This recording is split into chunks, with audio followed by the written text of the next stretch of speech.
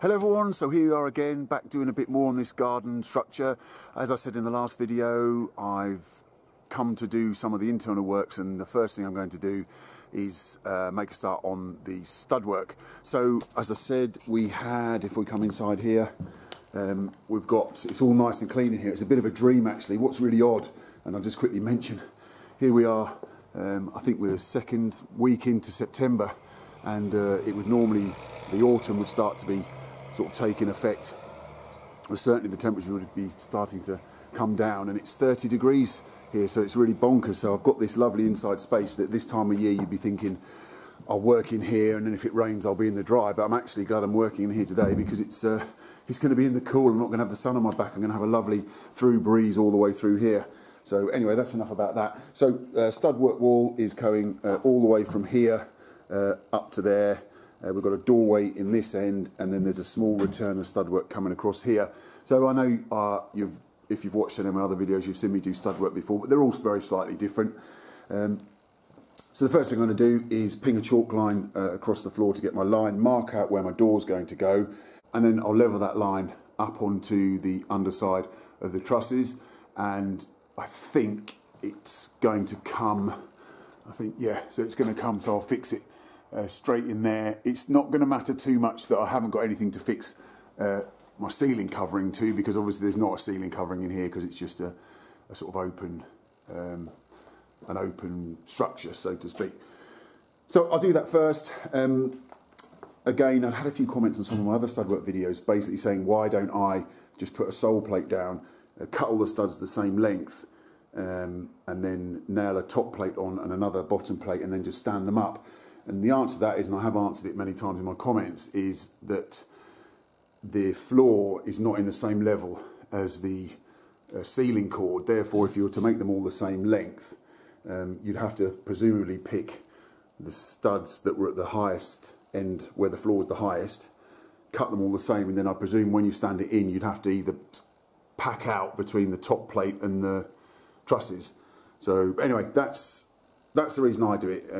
I know it's potentially not the quickest way. I mean, I think I'll get through it relatively quickly. I just like to cut all the studs the right height as I go, and then there's no additional packing and everything fits in nicely. And ultimately, the other thing for me, it suits me. Look, I'm 6'6" nearly, and I can reach that easily. So as I'll show, I just put my stud up against the plate and mark it across, and that gives me a nice accurate line to cut to. So it's very easy for me being tall. So as I said, a lot of waffling.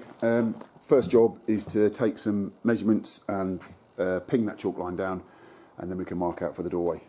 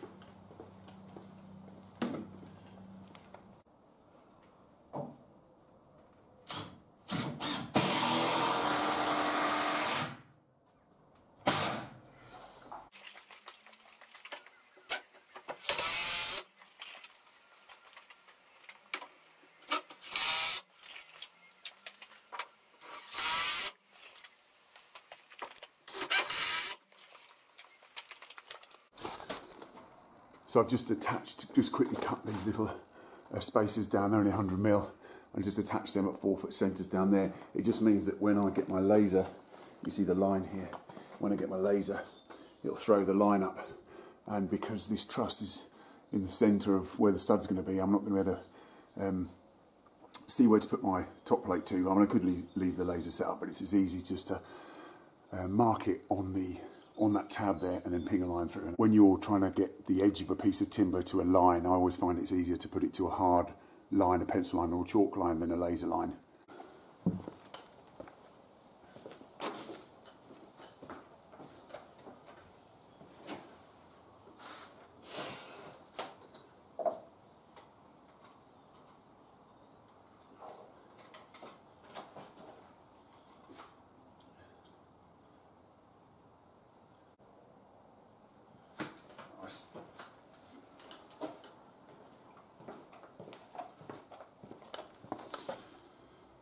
Superb. Now got the line lined up. I think you can just see it there, and that's fired that all the way up and hit my, you see here, hit those tabs I put on. So what I'll do now, I could probably put a pencil mark on those actually. I don't need to ping a line down there. And you can see that's got that all the way along, so I can got a nice line to put my head plate to, top plate to now. Superb. And that lovely new DeWalt laser has been an absolute beauty. I've used it so much, haven't had a chance to film it, but it's so useful, and the fact it's got a rechargeable battery, and it means you don't have to worry too much about, you know, munching through the batteries. My old one had to used to take 3 AA's, and you know, it did seem to get through the batteries quite quick, and it's a bit more liberating with this one because you can just leave it on, you don't need to worry about it. Battery going flat, you can just charge it up. Fantastic. As I've said many times before, absolutely brilliant piece of kit. Revolutionised really a lot of our setting out work as carpenters. I normally put the sole plate down first, as I said, but while I've got it sort of in my mind, I'm just going to bung this head plate in because it's all marked out, ready to go. Right.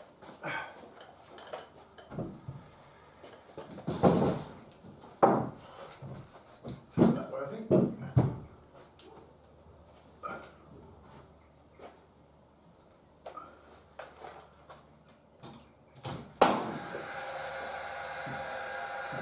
Nice.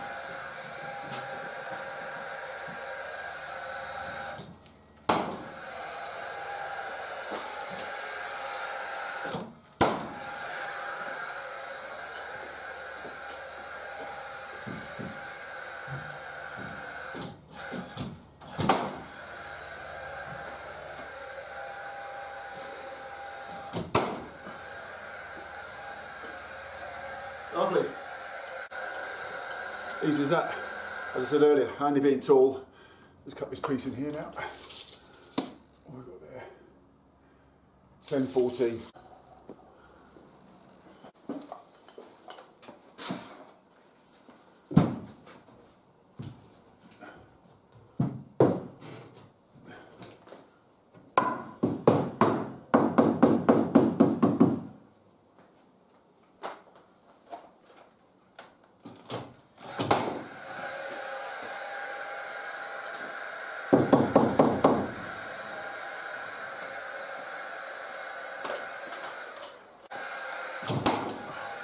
Gas in there.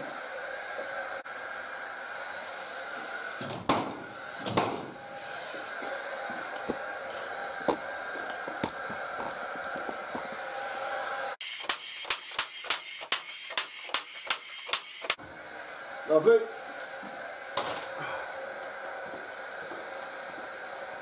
Floor plate now.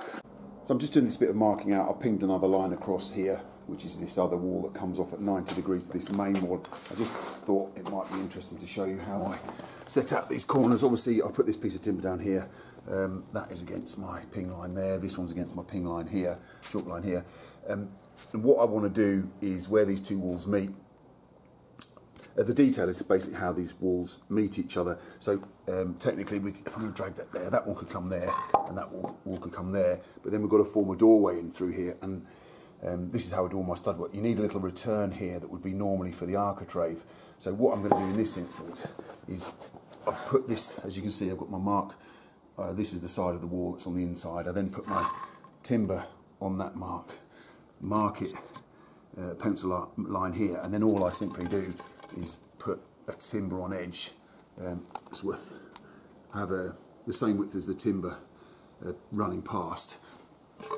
And then what I'll do is then bring this timber to that line there, and then my door opening comes from this point out, which is to here is 820, which is a 2'6" structural opening. And then what happens?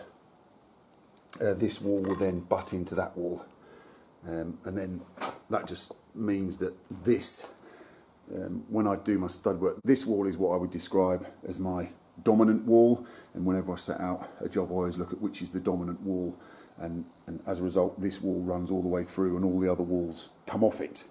So I thought I'd just show you that. So I can get that fixed down now, cut a piece from here, a plate from here to here, get that fixed down, and then I'll get the laser and throw those marks up onto the top plate, and that'll be the opening formed, and then we can just stud the whole thing out. Let's get this plate screwed down.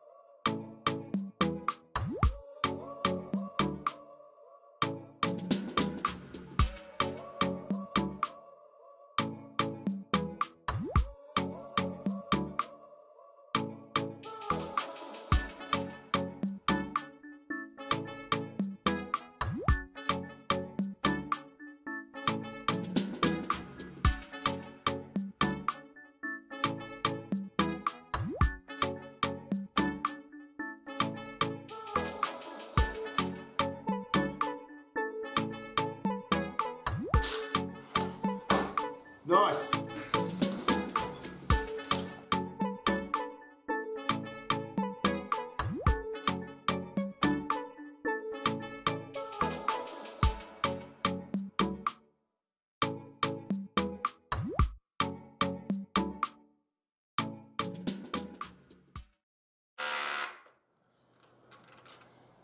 Oh, you plum. You've got that wrong, Del boy. You put it on the wrong side of the line. You need to concentrate. Come on. I'll try that again, but get it on the right side of the line this time. It's too hot. It's heat stroke. Come on. Put yourself together, man.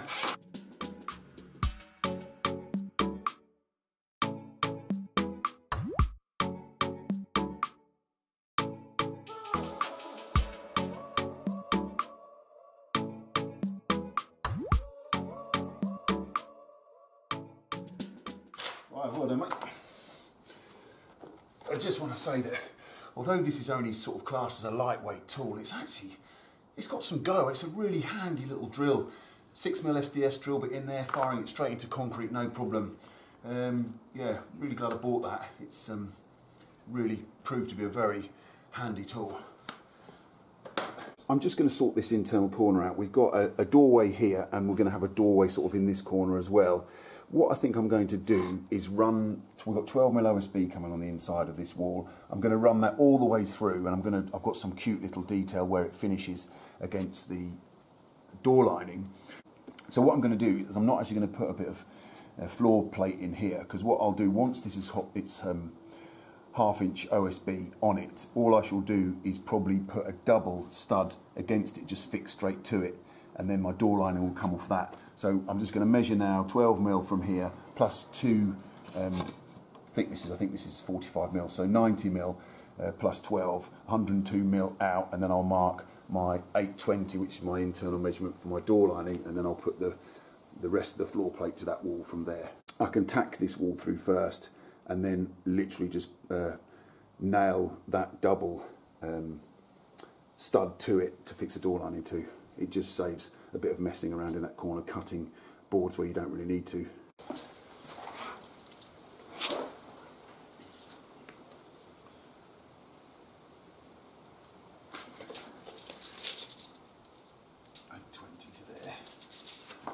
That measurement there is, what have we got there? 1301mm on the nose. Make sure you get it on the right side of the line, Del boy.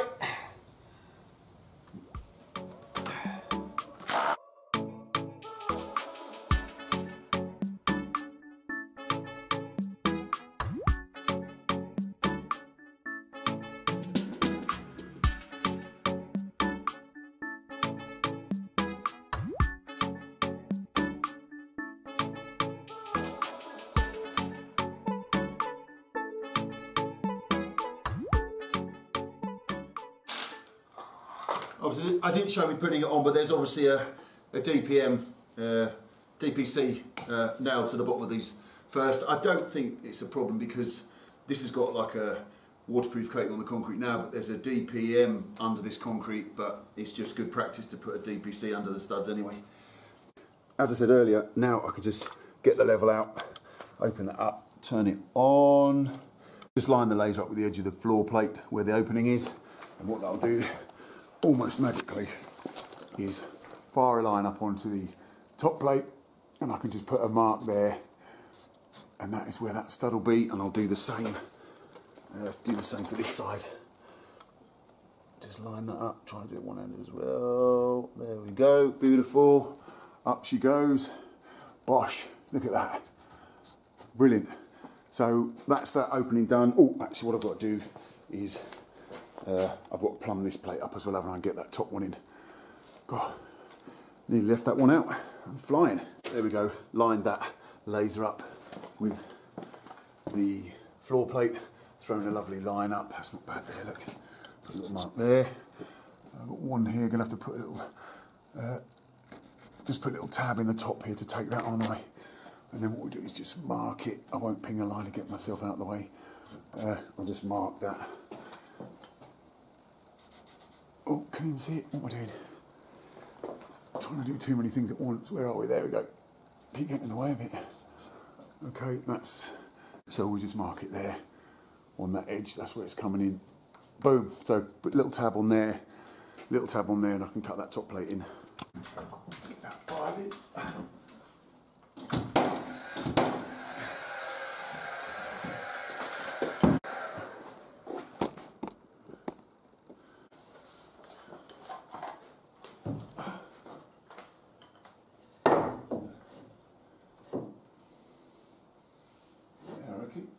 Lovely.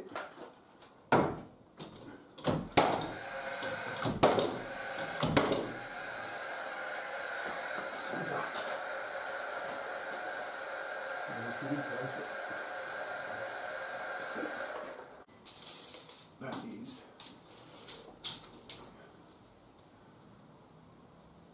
2 2 2 2. All the twos.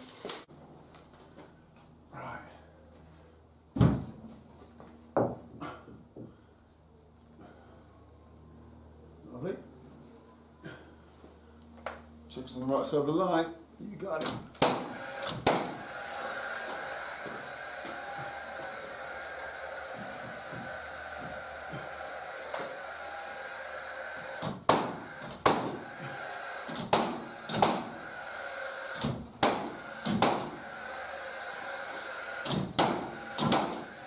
Nice.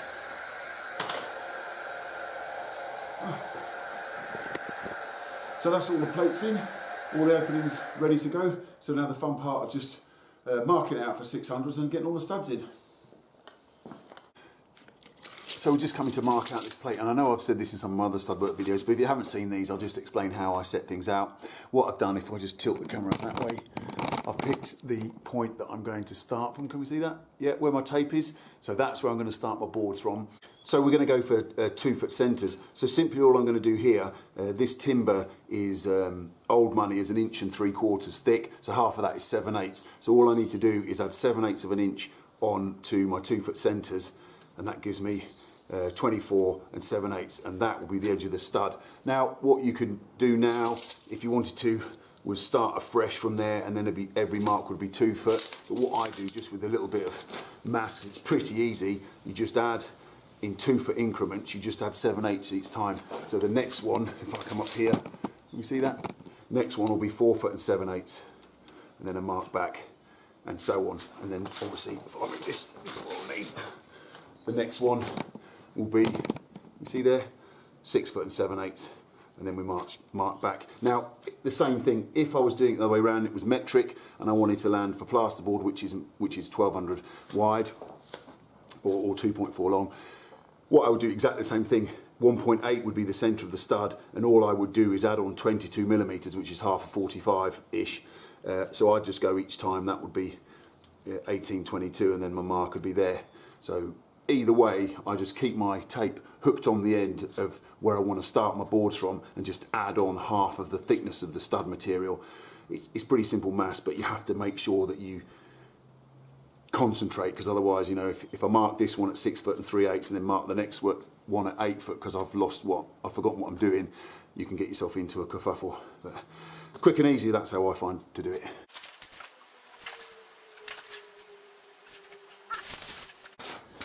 And this is it's actually quite funny that I'm setting this out in Imperial, because this is an American spec square, so this is an Imperial square as well. So, you know, right tool for the right job. There we go, just square those across. And now what I'll do is exactly the same for the top. This is the edge of the door opening, so that's where my sheet is going to start from. Normally, I think I've said in some other videos, I normally mark my 600 or 400 centres from any external wall, just because then it's always more of a constant place to measure from. And the tackers that we use, they like to start from the external walls and work in. So anyway, what I've done, cut a little notch on there. I don't put a nail in, I find that's just as quick to cut a notch, and I'll do exactly the same again and just pull those measurements through the top.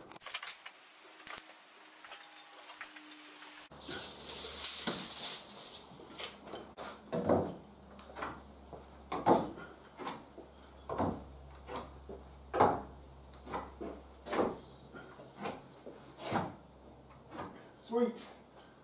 Let's cut some studs.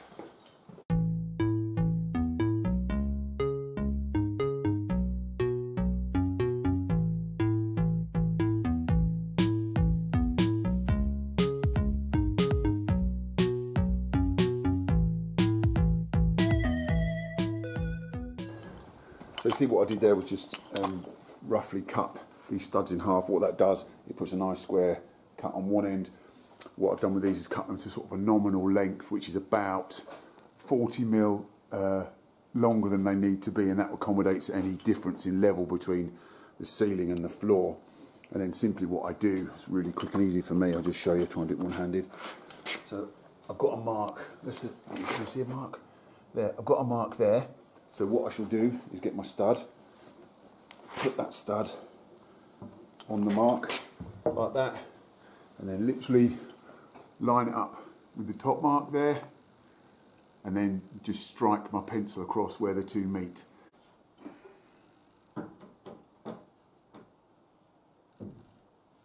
Put my stud up against the top plate, there's that mark, so it makes sure everything's nice and square. And just get my pencil and just literally run it across. And what you find is this is then really, really accurate, and it saves messing around with the tape measure.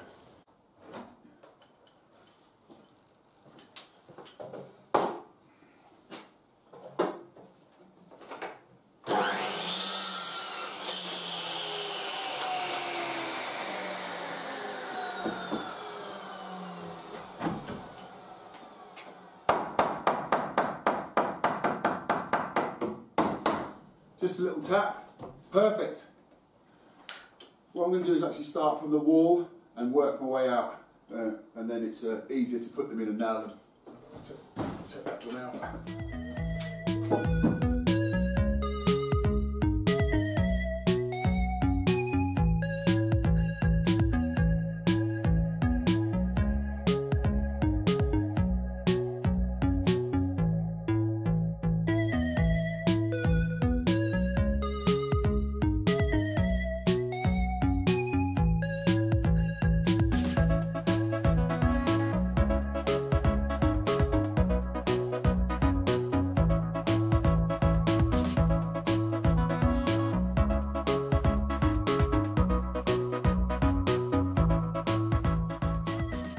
Right, cool. So that's all those in. Didn't take long, 10 minutes maybe, just to get all in. They're all in nice and tight now, all the right length, all nailed up. You'll notice, I'll show you, when I go to nail them, I put 4 nails in each there. These are toe nailed or skew nailed.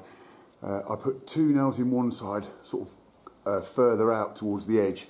And then when I come in the other side, look, I put 2 a little bit further in. And this is mainly so that they don't risk, if you try to put them in the same place either side, they might risk hitting each other and deflecting out. So yeah, you could stagger it the other way, so you could put 1 in and 1 out on this side, and then 1 out and then 1 in, but either way it's got 4 nails in it, it's not going anywhere. So happy with that. Next job is going to be to put a run of, just like I've done on the main walls, put a run of intermediate noggins all the way through there. And then we're almost getting ready for ply. We're going to just ply one side. We're plying this side of this wall, and from in here we're going to ply just all of this sort of little alcove area, just so it looks neat and tidy. Put a row of noggins in there next.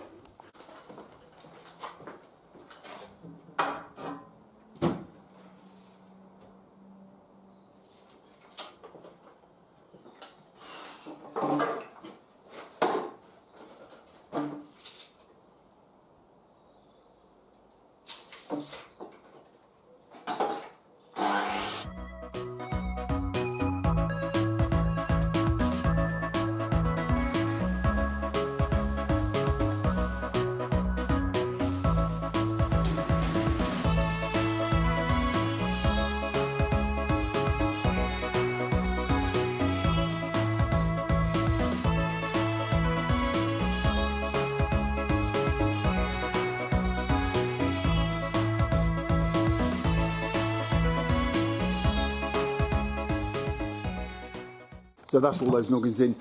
You may or may not notice I didn't show you marking these out. But normally when I'm doing noggins, because the wall's going to be closed in, I have a spacer that I put between the floor and the underside of the noggin, and I call it a noggin stick, and it just makes them quick and easy to put in. The reason I haven't done it in this instance is because, again, if you've watched the earlier part of this video, you'll know that the floor is quite a bit out of level. So because these walls, I know we're going to apply the inside of this, but because these walls are going to be left open, and I like to leave things neat if you can see it, I want those to be level rather than follow the sort of contours of the floor. So what I did is I basically levelled them in each end and pinged a line through. I don't normally, but just in this instance it looks neater. Next job is just to put this head through here, and I can't do the same for this door opening because, as I said, what I'm going to do is I'm going to get some OSB. I'm going to OSB all the way through right onto the door lining here, and then I'll put, as I said earlier, put a double stud against here to close the wall down, a double stud against here to close the door opening down to the 820, which is what I want, and then I shall put the head through there, and then I'll apply or OSB this bit. So that is me done, I think, in terms of the stud work. Really happy how that's gone. Love a bit of stud work. Find it very therapeutic. Again, a bit of a carpentry bread and butter, really, doing stud work, and I've always enjoyed doing it, and I like to make as neat a job as possible. There's a couple of things I am going to do before I pack this lot away. I just have to knock out a noggin to put some reinforcing in for these beams that take that adjoining roof, so I'm going to do that there. I think there's one down in here as well to do, so I'll just do those to tidy that up. And I think that's probably me done for the day. What I shall do is probably head to the Builders Merchants tonight to pick up the OSB for a flying start in the morning.